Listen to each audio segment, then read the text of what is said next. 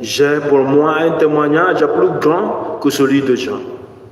Ce sont les œuvres que le Père m'a donné d'accomplir.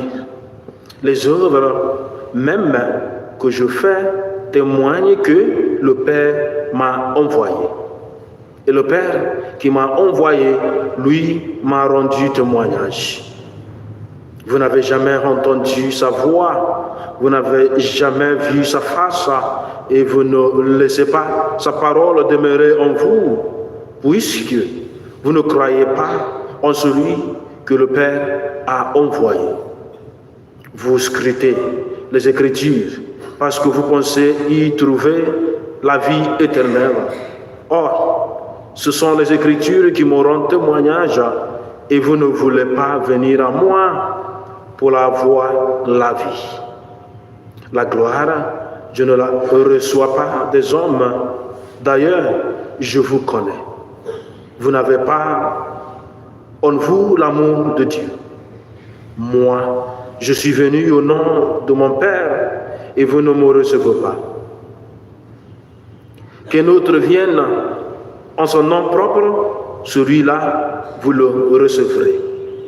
Comment pourriez-vous croire, vous qui recevez votre gloire les uns des autres et qui ne cherchez pas la gloire qui vient du Père unique, qui vient du Dieu unique? Ne pensez pas que c'est moi qui vous accuserai devant le Père.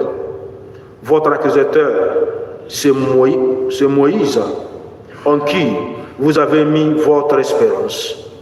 Si vous croyez Moïse, vous me croiriez aussi.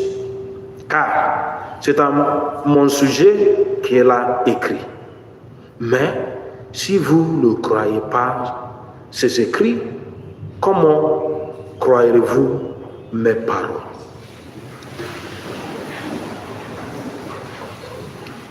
Acclamons la parole de Dieu.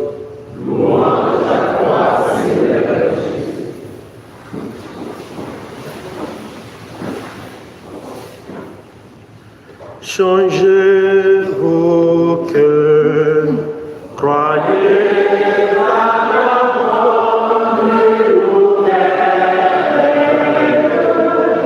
Changez le vie, croyez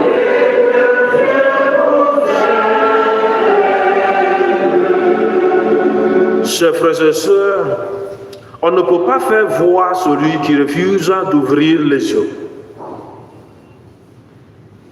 Dieu ne peut pas sauver ceux qui refusent d'adhérer à la parole du Sauveur qu'il a envoyé. C'est l'essentiel du message que nous pouvons tirer de cet évangile qui présente Jésus aux prises avec l'incrédulité des Juifs. En effet, tous les témoignages concordent pour attester que Jésus est bel et bien l'envoyé du Père, mais ceux-ci refusent de l'admettre. Pour Jésus, ce qui les empêche de croire, c'est la recherche de leur propre gloire. Comment pouvez-vous croire, dit Jésus, vous qui recherchez votre propre gloire les uns des autres et qui ne recherchez pas la gloire qui vient du Dieu unique?